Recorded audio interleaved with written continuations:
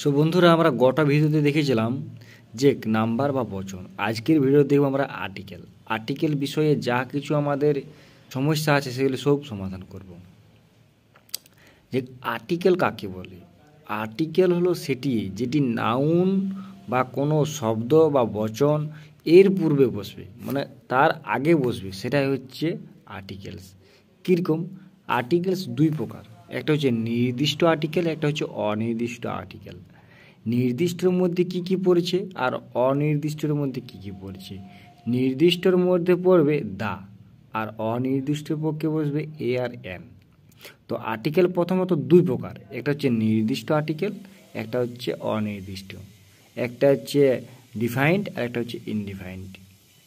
Defined article কাকে বলে, বা ইনডিফাইন্ড আর্টিকেল কাকে বলে, অনির্দিষ্ট আর্টিকেল কাকে বলে?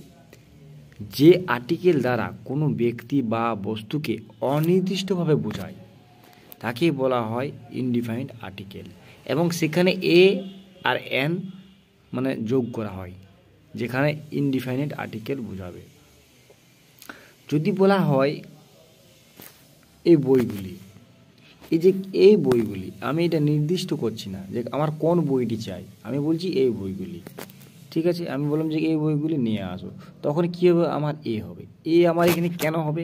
কারণ এ ই আই ও ইউ এই ভাওয়েল যদি থাকে, এই পাঁচটি ভাওয়েল যদি থাকে বা ভাওয়েলের মতন উচ্চারণ হয়, তাহলে কিন্তু এন বসবে, আর বাকি সব জায়গাতে এ বসবে। এটা আমাদের মাথায় রাখতে হবে। যেমন এ বুক, বি ডবল ও কে, এখানে আমার বি হচ্ছে কনসোনেন্ট, তার জন্য এখানে এ বসেছে।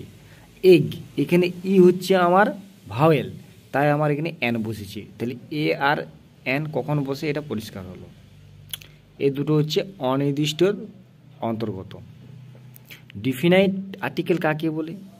যে আর্টিকেল দ্বারা কোনো নির্দিষ্ট ব্যক্তি, বস্তু বা প্রাণীকে নির্দেশ করে তাই হচ্ছে নির্দিষ্ট আর্টিকেল বা ডিফাইন্ড আর্টিকেল।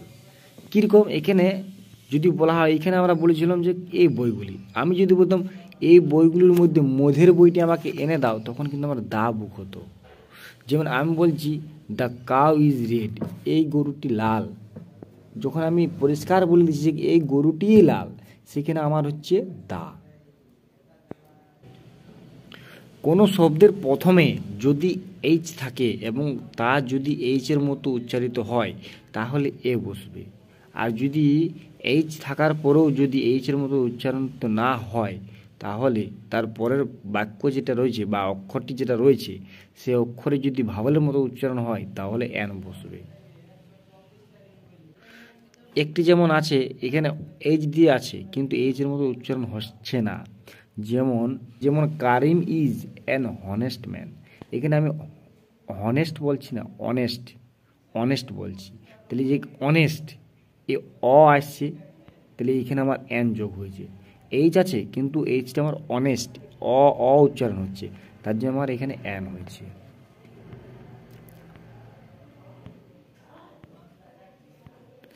কিছু কিছু ব্যতিক্রম থাকে, যেমন এমপি, এলএলবি, এফসিপিসিএস, এগুলির ক্ষেত্রে এন বসে। এগুলো হচ্ছে কিছু কোনো ব্যতিক্রমগুলো আমাদের মনে রাখতে হবে। আবার যদি ও দিয়ে কিছু শব্দ যদি গঠন করা হয়, মানে একটা বাক্য যদি তৈরি করা হয়, কিন্তু শুধুমাত্র যদি ও এর উচ্চারণ ও এর মতো না হয়ে যদি অন্য কিছুর উচ্চারণ আসে, তাহলে এ বসে। যেমন শুধুমাত্র ওয়ান যুক্ত শব্দের পূর্বেই এ বসে। যেমন বলা হচ্ছে দিস ইজ এ ওয়ান টাকা নোট, তাহলে এইখানে ওয়ান লেখা আছে কিন্তু এখানে এ বসছে, এখানে ওয়ানের জায়গাতে ও ওয়ান, এখানে এটা ব্যতিক্রম, এখানে শুধুমাত্র এ বসে। এটা আমাদের মনে রাখতে হবে। সংক্ষিপ্ত শব্দের মধ্যে যদি প্রথম অক্ষরটি কনসোনেন্টের মতো উচ্চারণ হয়, তবে পূর্বে এ বসে। যেমন বিএ, প্রথমে বি আছে, কমল ইজ এ বিএ স্টুডেন্ট, তাহলে এখানে বিএ সংক্ষিপ্ত একটা হচ্ছে বি ডট এ, তাহলে এখানে যদি কনসোনেন্ট থাকে, কনসোনেন্টের মতো উচ্চারণ হয়, তাহলে এ বসে।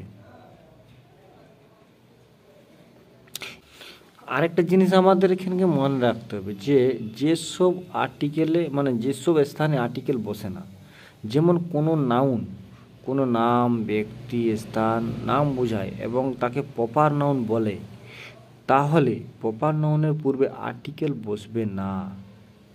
যেমন যদি বলা হয় দ্য ঢাকা, এখানে যা the Dhaka is the oldest city in Bangladesh, এখানে দা আসবে না। এখানে যেহেতু হচ্ছে ঢাকা আমাদের কি হচ্ছে প্রপার নাউন, প্রপার নাউন এখানে আর্টিকেল বসে না। এখানে কিছু রুলস আছে যে যে নাউন দেখা, ধরা বা ছোঁয়া যায় না তাকে অ্যাবস্ট্রাক্ট নাউন বলে। অ্যাবস্ট্রাক্ট নাউনের পূর্বে সাধারণত আর্টিকেল বসে না, এটা আমাদেরকে মাথায় রাখতে হবে। স্টাফ মানে যে নাউনগুলো আমাদের ধরা ছোঁয়া যায় না, যে সকল বস্তু গণনা করা যায় না তাকে আনকাউন্টেবল নাউন বলে। আনকাউন্টেবল নাউনের পূর্বে সাধারণত আর্টিকেল বসে না। এইগুলো আমাদের কিছু কিছু মানে মনে রাখতে হবে। দ্য মানি ইজ পাওয়ার, এখানে দ্য মানি এখানে বসবে না, কারণ মানি ইজ পাওয়ার এটা হচ্ছে কি আনকম্পার্টেবল নাউন, সেখানেও কিন্তু আমাদের বসে না। যে নাউন দ্বারা কোনো পদার্থের সমুদয় অংশকে বোঝায়, মানে একের সাথে একাধিক পদার্থকে বোঝায়, যা ওজন করা যায় কিন্তু গণনা করা যায় না, তাকে বলা হয় ম্যাটেরিয়াল নাউন। ম্যাটেরিয়াল ক্ষেত্রে আমাদের আর্টিকেল বসে না। প্যাসিভ অ্যাডজেক্টিভের ক্ষেত্রেও আমাদের কিন্তু আর্টিকেলসের বসে না। My, your, his, her, their, own এগুলির ক্ষেত্রে আমাদের কিন্তু আর্টিকেলস বসে না। বাকি আরও এনি, মাছ, ঠিক আছে, ম্যানি এগুলির ক্ষেত্রেও কিন্তু আমাদের আর্টিকেলস বসে না।